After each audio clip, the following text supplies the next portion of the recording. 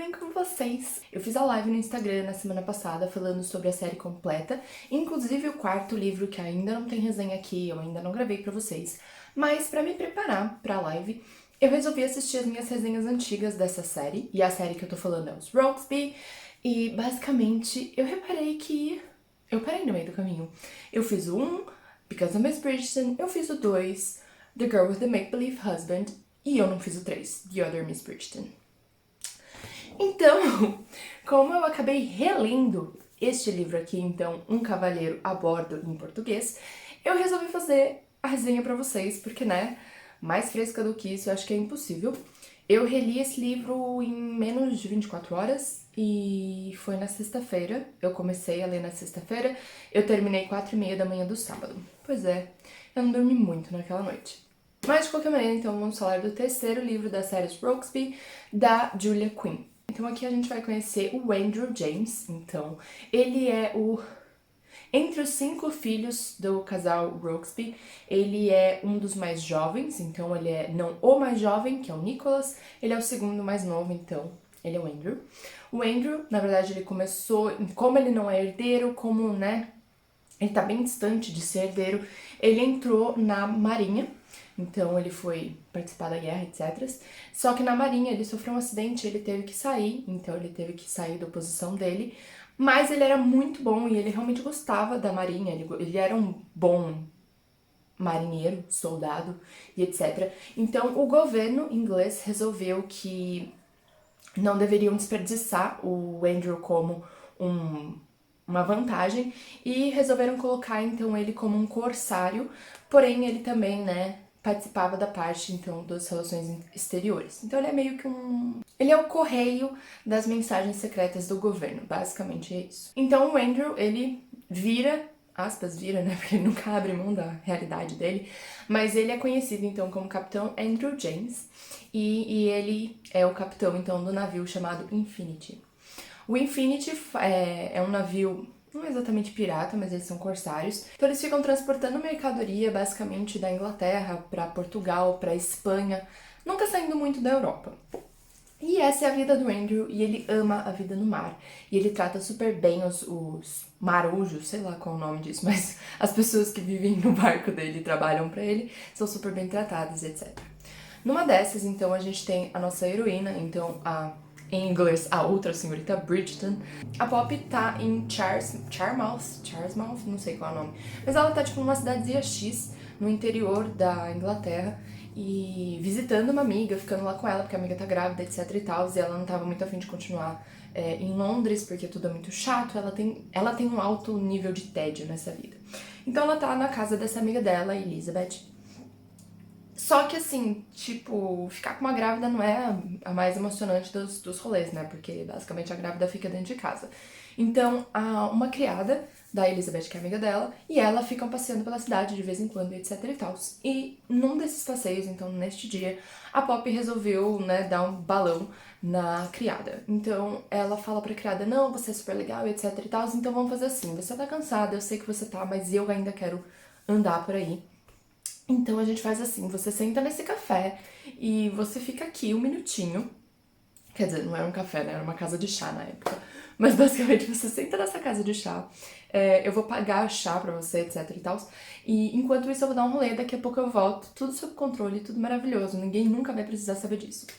E ela consegue convencer a criada, e a criada fica então nessa casa de chá e a Poppy sai caminhando pela praia. Nisso que ela tá na praia, ela já tinha visto essa caverna, numa outra vez que ela passou perto dessa praia, e dessa vez ela tava aberta, então, tipo, a maré não tava alta, tal, dava pra entrar sem ela se molhar. Então ela acaba entrando nesse buraco, e daí chegando lá, ela fica, tipo, começa a imaginar altas histórias, etc. E nisso que ela imagina altas histórias, ela dá de cara com um caixote. E ela não entende muito bem porque raios tem um caixote dentro de uma caverna. E daí ela começa, né, tipo, nossa, certeza que é mercadoria pirata, blá blá blá. E mal sabia ela que realmente era isso mesmo. E ela tava lá e quer dizer, ela começa a escutar 2 outras vozes dentro da caverna, 2 vozes de homem. E daí ela começa a ficar, tipo, meio, e aí, como é que eu vou conseguir fugir daqui? E ela se esconde. Nisso que ela se esconde, ela se esconde também assim, Então as pessoas encontram ela. Esses dois caras que encontram ela são dois marujos do Infinity e eles são o Green e o Brown. Então eles ficam num debate, tipo, a gente mata a garota, a gente sequestra a garota e leva ela pro barco, a gente, sei lá, tipo, não sei.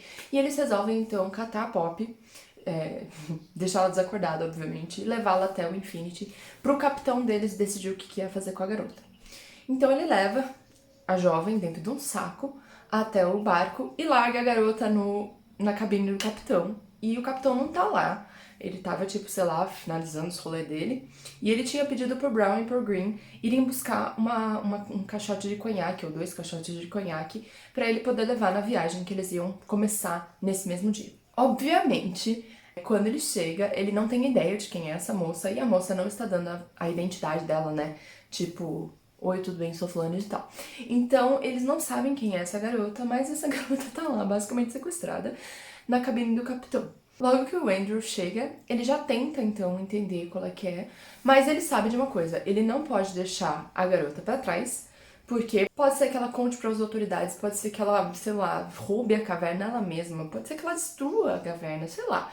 Ele não sabe o que ela poderia fazer com o que tem na caverna e ele realmente precisa do produto que tá na caverna e também da caverna em si continuarem sendo um segredo. Então ele resolve basicamente sumir com a Poppy por 2 semanas, que seria o tempo dele descer até Portugal e subir de Portugal, esvaziar a caverna e continuar a vida dele. E a Poppy, então, ela fala que, tipo, não tem como ele simplesmente sumir com ela, porque as pessoas estão esperando por ela, tem gente que tá, tipo, né, vai sentir a falta dela e a família dela é realmente importante, yada, yada, yada. Então ele resolve, e ele pergunta pra ela, tipo, tá bom, mas, tipo, quem é sua família? Aí ela fala, tudo bem, você pode me chamar de Senhorita Bridgeton.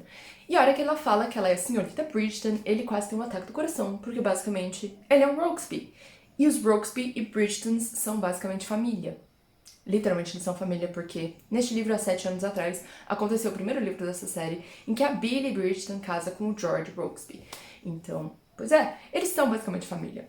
E então ele começa a ficar meio surtado, porque ele fala, tipo, meu, eu sempre vou na casa deles, eu nunca vi essa garota na minha vida, portanto, ela não é do tipo os Bridgetons de Kent, que é onde ele mora, né? Mas ela é da família Bridgeton, ainda assim. Então ele começa, tipo. Primeiro ele surta um minutinho, e depois ele pergunta pra ela, tipo, de que galho que ela é. E ela é basicamente dos Bridgetons de Somerset. Então ela é, sei lá, prima, sobrinha.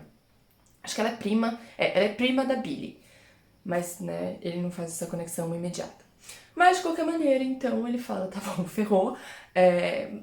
Se alguém ficar sabendo que, né, uma Bridgeton sumiu durante 2 semanas na companhia de um Rokesby, vai acabar em casamento. Então, né, pra garantir que ele não se case e pra garantir que ela não tenha a reputação destruída, eles resolvem inventar uma história. Então a Poppy escreve uma carta pra Elizabeth falando que ela tá viajando pra visitar um parente, etc e tal, e que ninguém precisa ficar sabendo de nada, que tá tudo certo, tudo sob controle, e ela volta em breve. E basicamente essa é a história capenga que eles criam.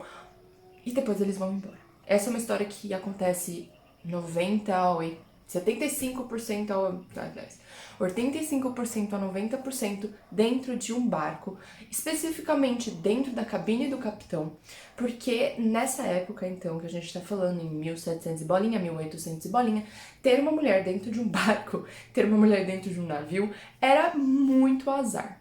Então tinha essa crença de que não era legal ter uma mulher dentro do navio, e todos os marujos, todos os marinheiros, todos os, tipo, a galera que trabalhava dentro do barco fica com medo dela estar ali, trazer má sorte, então, pra viagem deles até Portugal. Então, basicamente, o Andrew tem que distrair a Poppy e garantir que a Poppy, sei lá, não fuja, enquanto eles estão viajando. E quando eles chegam em Portugal, principalmente. Então eu acho muito legal. Essa história é muito fofa. Eu gosto muito dela porque, basicamente, a gente tem uma comunicação muito grande entre os dois. Porque ela está trancada dentro de uma cabine e ele divide a cabine com ela durante um pequeno período, não é a viagem inteira. Então eles convivem muito tempo juntos. E isso dá um espaço para eles se conhecerem melhor. Então a Poppy e o Andrew, eles vão se apaixonando devagar.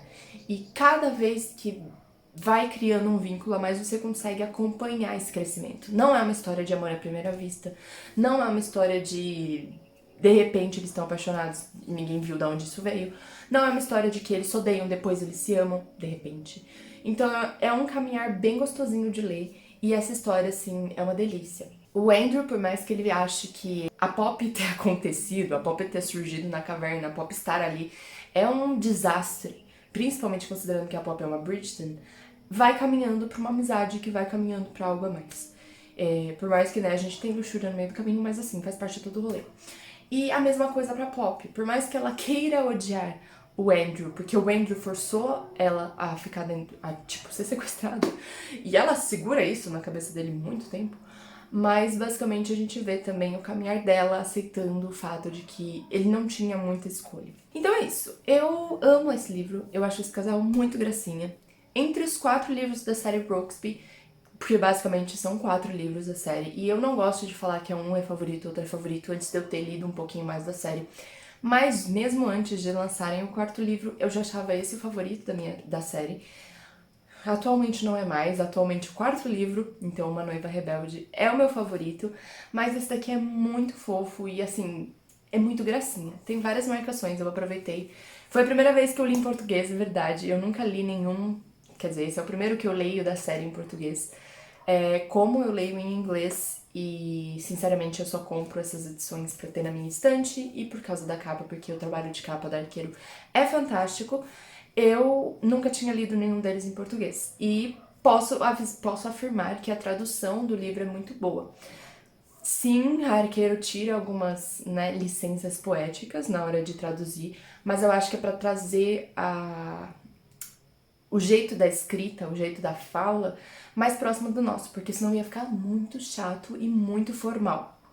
Então tem partes aqui que tem expressões que você fica tipo, nossa, nunca ninguém falaria isso na época. Mas óbvio que não, entendeu? Porque senão ia ficar muito chato, muito almofadinha ler esse tipo de livro. Porque basicamente é isso. A tradução tem que, obviamente, trazer os elementos da época, mas ao mesmo tempo não pode se afastar tanto do estilo de fala, do estilo de escrita que a gente tem hoje, porque senão fica muito chato, fica muito engessado. Então, sim, tem algumas coisas de tradução que particularmente eu concordo, outras que eu não concordo. Eu gostei que eles traduziram Beg Your Pardon, que geralmente não é traduzido como queira desculpar, então eles traduzem Beg Your Pardon como queira desculpar, que geralmente Beg Your Pardon vira desculpe, ou sinto muito, ou algo do gênero. Então eu achei engraçado porque foi uma expressão que, assim, a hora que eu li, eu parei e daí na minha cabeça já veio Beg Your Pardon. E não é uma coisa que acontece com frequência. Então eu achei legal, eu gostei muito da tradução. Deixa eu, né, falar sobre a tradutora, porque tradutores deveriam ser mais conhecidas. Então, essa é a tradução da Thaís Paiva. Eu não sei se ela traduziu a série inteira. Se ela traduziu a série inteira, eu tô muito animada também pra ler Uma Noiva Rebelde, porque é muito fofo o 4º livro, gente. E eu vou contar, obviamente, pra vocês em breve, provavelmente semana que vem. Mas então essa foi a minha impressão de Um Cavaleiro a Bordo, sem spoilers, obviamente. Se você já leu o livro, você quer saber dos spoilers, quer saber das cenas, quer saber dessas marcações maravilhosas, pode seguir pro próximo vídeo, eu vou deixar aqui ao lado. Se você não for inscrito ainda no canal, tem essa bolinha aqui embaixo. E eu espero vocês no próximo vídeo. Até a próxima e tchau!